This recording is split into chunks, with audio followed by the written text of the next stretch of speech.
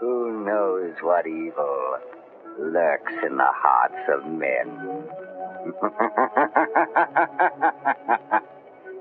The shadow knows. Yes? We have to meet. I received a letter this morning from my head office. Listen, I'll read it to you. To Reverend Lawrence Dressing. Owing to the sparse revenue returns over the last 18 months, the board has no choice but to place the St. Kilroy unit, for which you are financially responsible, on the list for considered redevelopment, along with other low-turnover, high-fixed-cost salvation sites. Your position as financial and spiritual caretaker of St. Kilroy is also currently under review. There has only been 2 burials in the entire 1997-98 fiscal year, worth only 200 ecumarks, which is highly unsatisfactory. And although the board appreciate your recent fundraising efforts, these small amounts will not suffice as the revenue for St. Kilroy. These decisions were taken by the board on the 29th of September 1998, and you have until the 29th of November 1998 before we publish our quarterly review report. If at this date your financial position shows no clear sign of vast improvement, plans for redevelopment will be finalized. Paul, do you realize the implications? Holy shite.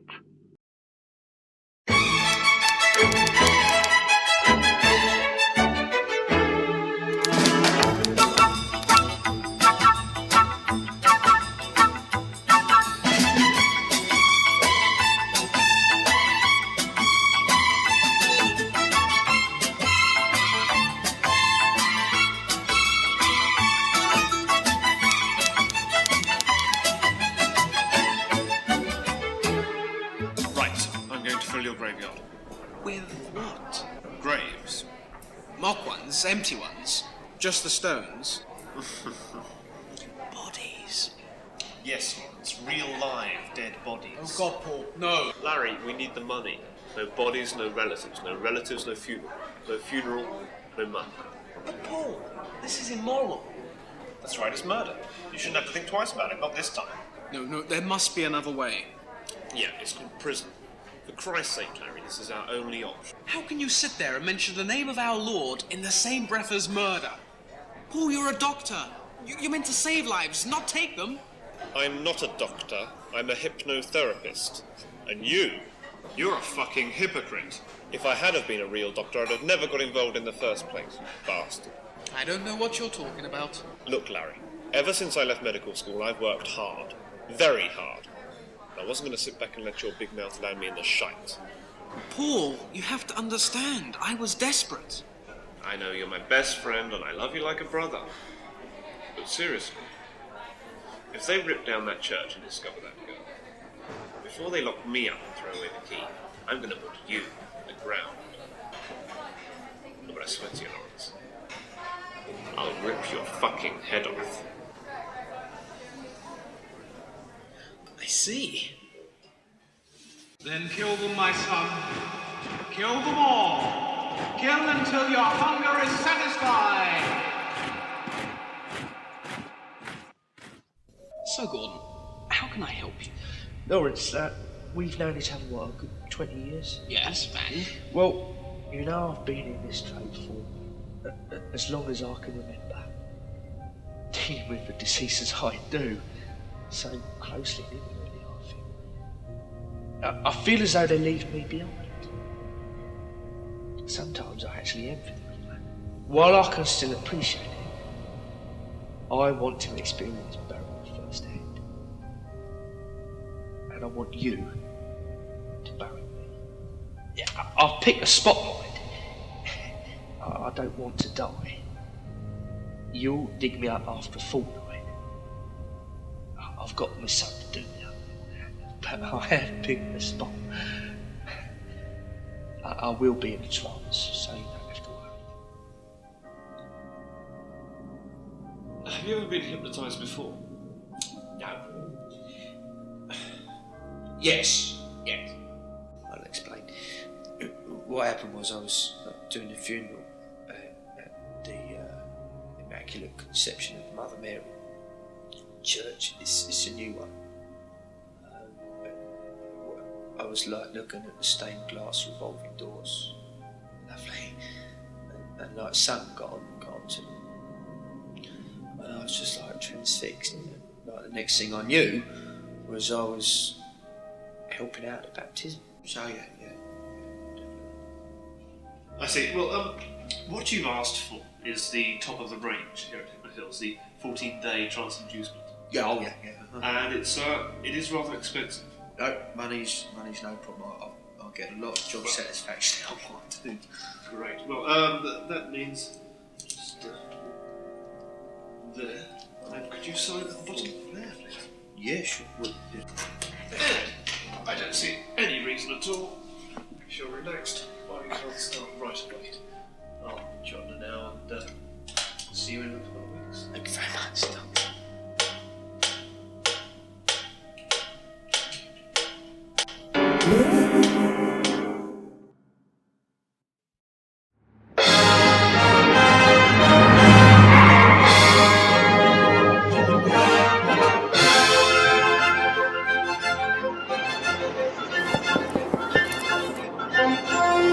Archbishop!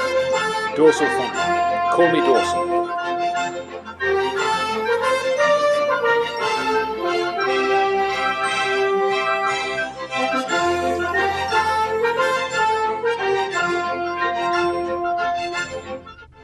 What exactly do you want to see? Well, I want to check the invoices and calculate the grave turnover of the season. Then I want to check the physical conditions of the unit and make my report to upstairs. Now tell me, your last burial was in September. Look, the congregation is up from last season quite considerably, in fact. It's all very rosy, having a happy band of parishioners dropping their spare change into the collection plate. But these people don't seem to realise that's just not enough. Religion is a costly enterprise. We need to see hard EQ marks coming out of a unit such as yours, Dressin.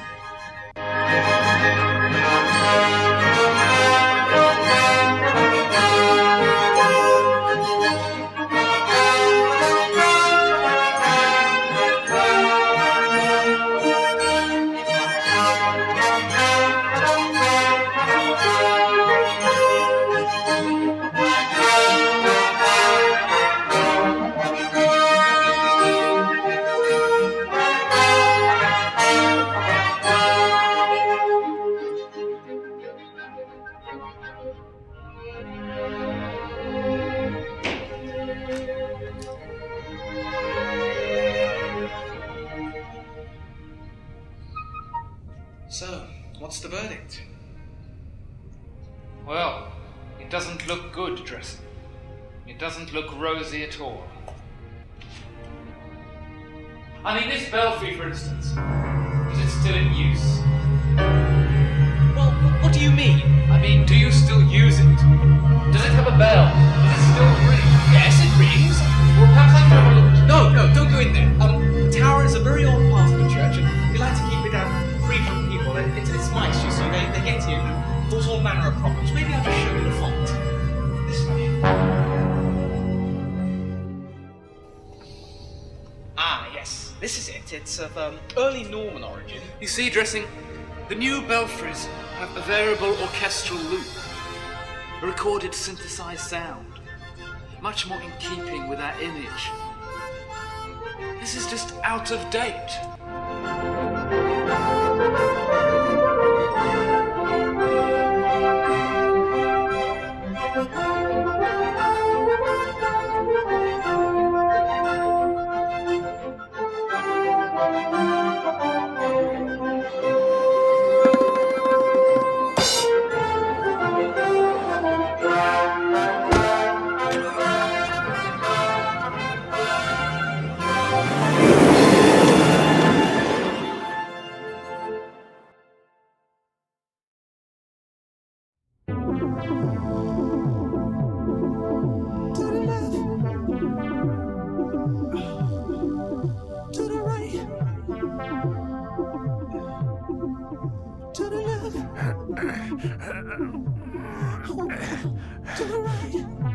Go on. and touch it, girl.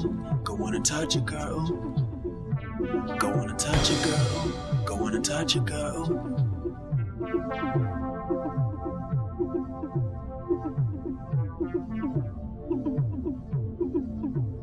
'20s, '50s, '5s, '10s, '20s, '50s, '5s, '10s, '20s, '50s, '5s, '10s, '20s, '50s, '5s, '10s. Just close your eyes, let me hypnotize you. I can make your stormy feel sky blue. Girl, when you're lost, you know I'll find you. If I'm not beside you, I'm inside you. Touch a girl, touch a girl, touch a girl. Touch a girl, touch a girl, touch a girl. Touch a girl, touch a girl, touch a girl. Oh my God.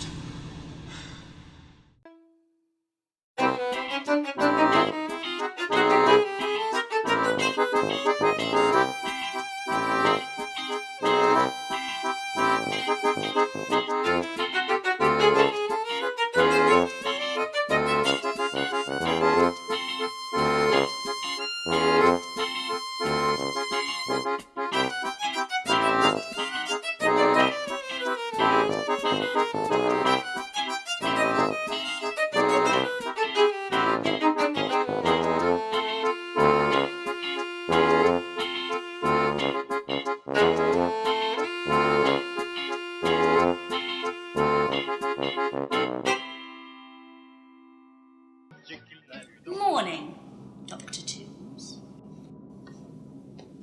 Right, Doctor, you're just in time for the second post. I think they're all rather urgent. I opened them in your absence, you understand. There was a message. Reverend Dressing phoned. He seemed rather distressed. Okay. He says, can you call him back? Doctor, there's an awful lot of patients waiting. You booked them all in without consulting me, didn't you? Yes, well, I wanted to work hammer and tongs today and cure some of their conditions once and for all. OK, Doctor, I'll send Mr. Booner into your office, shall I? No. His appointment was for 10 o'clock after all. Yeah, right, just give me a minute. And don't send him into the office. Send him to the cool room. I'll see all of them in the cool room today. So we're skipping lunch today, are we? No, I wouldn't say that. No, you wouldn't.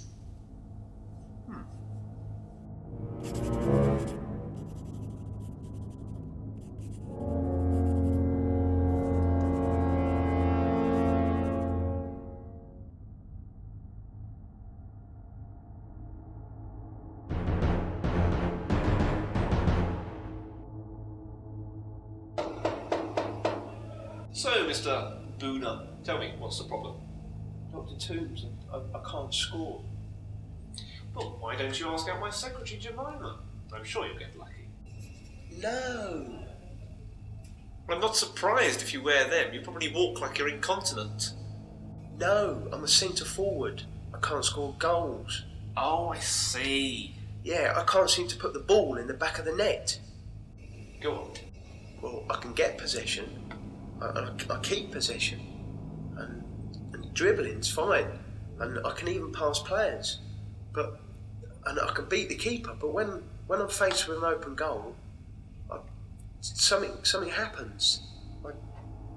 I hear music. And my mum calling me in for tea. Bertram.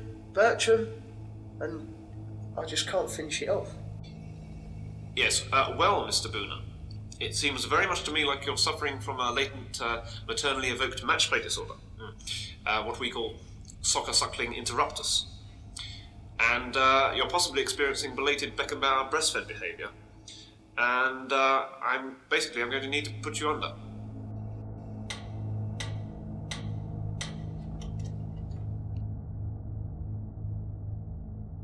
Maybe we should sit. It's a shock and it hit me for six. Is it a trick?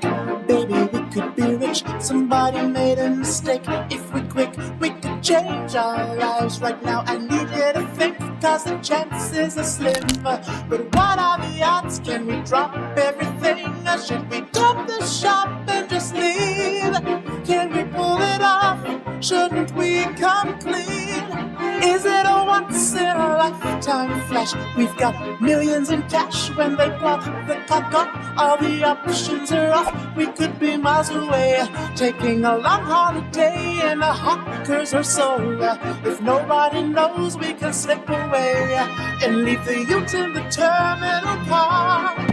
The authorities in the dark, stashing the cash offshore.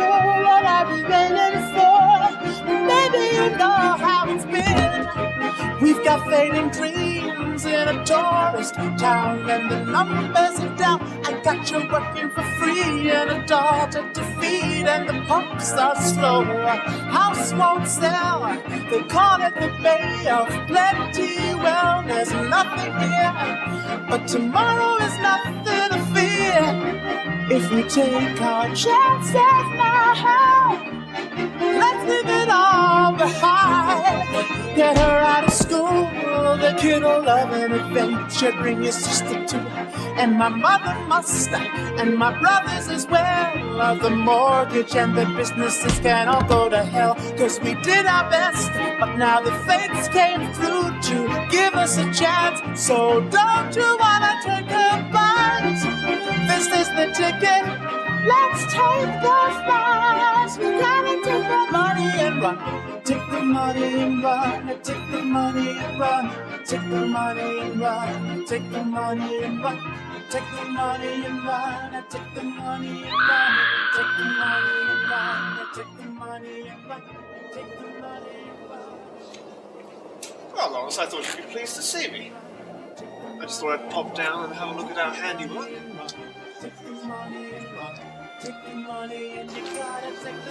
Lawrence, we really did it. We really hit the big time. This is what I call business expansion. Look at it. Take the money and run. Take the money and run. Take the money and run.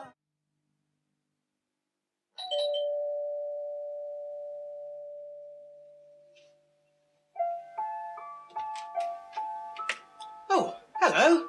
Hello. Reverend Dressing? Yes?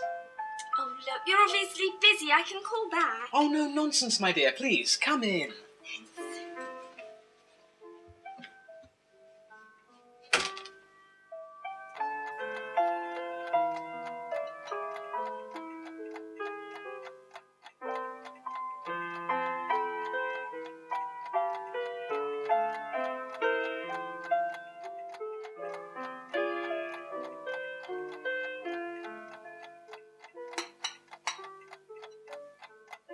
So, how can I help you?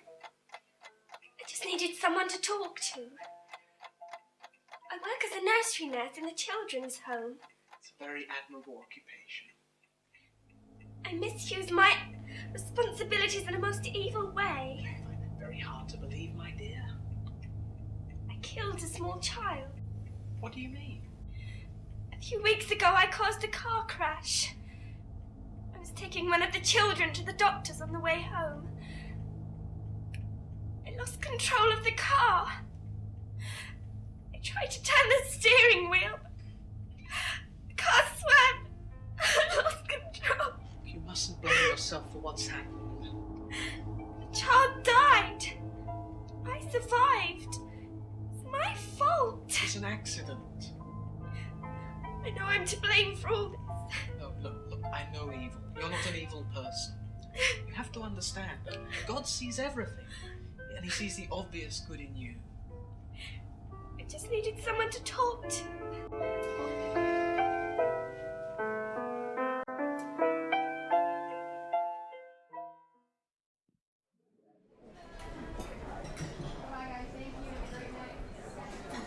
I'll be sending one your way next week, a real fruit cake.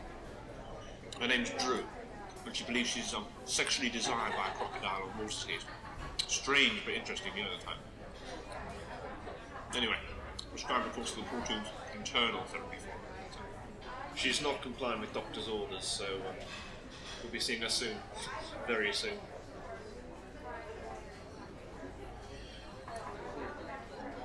Medicine. I'll get the hot towels ready. What? Oh, what, the girl? Nice. What's her name? Georgina. Yes, She's lovely, but she's very young, and I feel wrong about it. You and your conscience, eh? It just troubles me. I mean, she looks up to me. I'm like a father figure to her. And yet I'm responsible for so much evil. Oh, lighten up, Lawrence. I suppose I should do, shouldn't I? After all, what's done is done, and she is beautiful, and she's exactly what I need. For Christ's sake, Larry, she's a woman. She's 20 years old. Yes, she's 20, she's a woman, but Paul, don't blaspheme. Yeah, fuck off.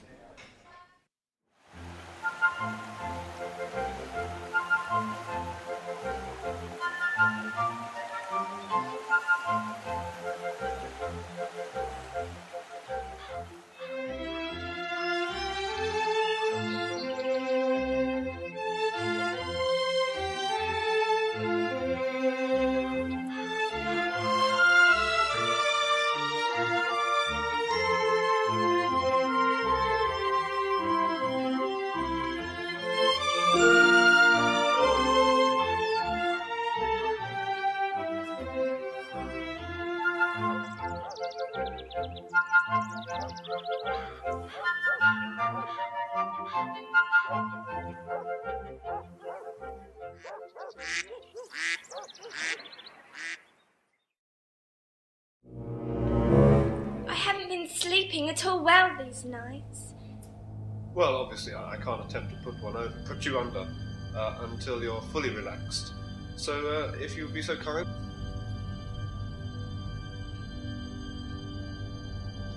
Oh, shall I take off my... Yes, please.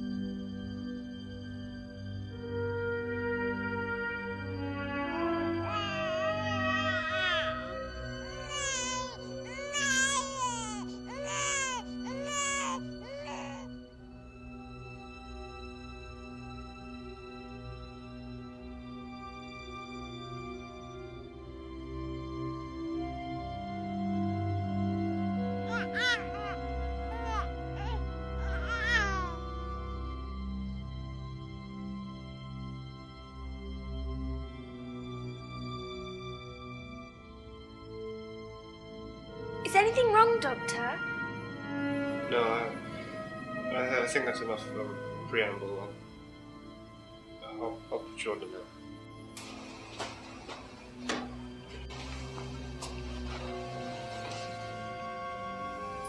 Okay, now I want you to look at the hypnometer and keep focusing in on it all the time, okay?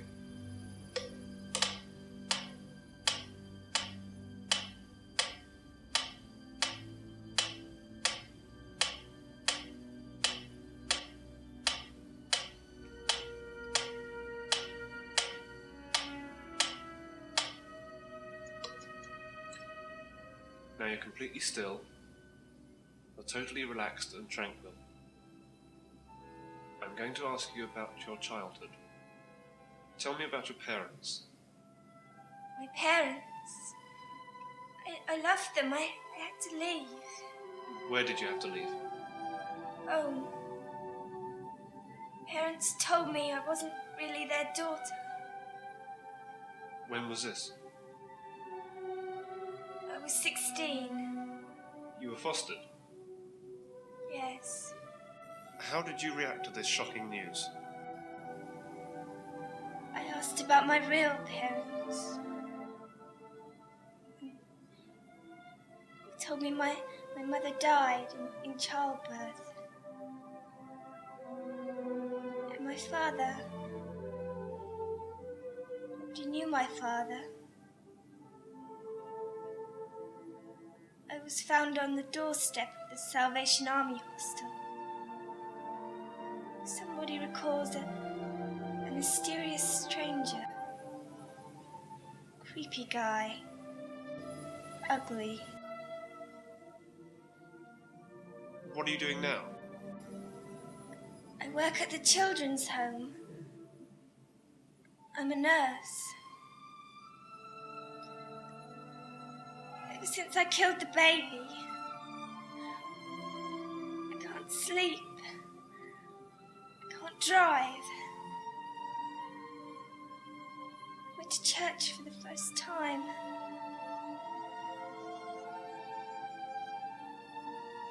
I met Lawrence.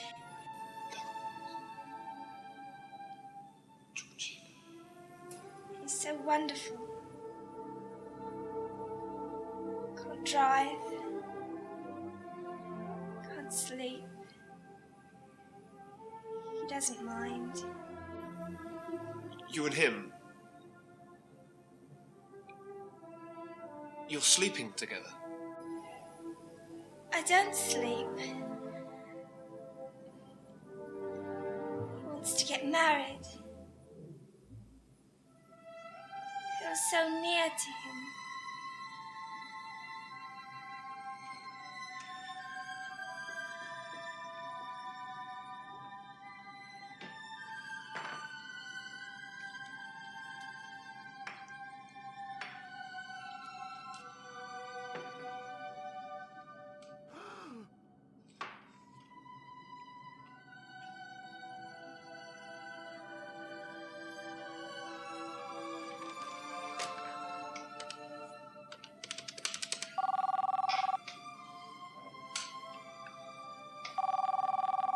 Lawrence. Georgina. She's 20 years old. Yes. She was born 20 years ago. Well, of course she was born 20 years ago. You're going to get married? Paul, why are we discussing Georgina? You've never even met her. She came to the clinic. She came to you? It's all right. I'll send her back to you as soon as I've finished with her. Paul, what have you done with her? No, I haven't killed her. I'll be 5 minutes. Now don't touch her. It'll be 5 minutes.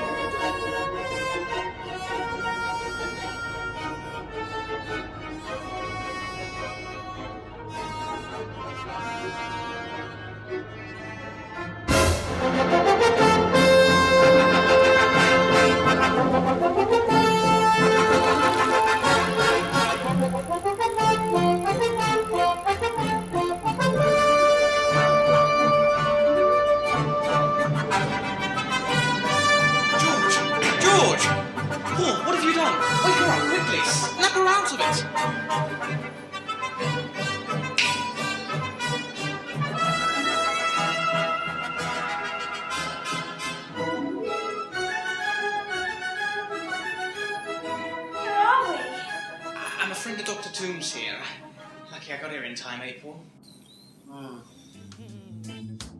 This is the place of Fu Manchu.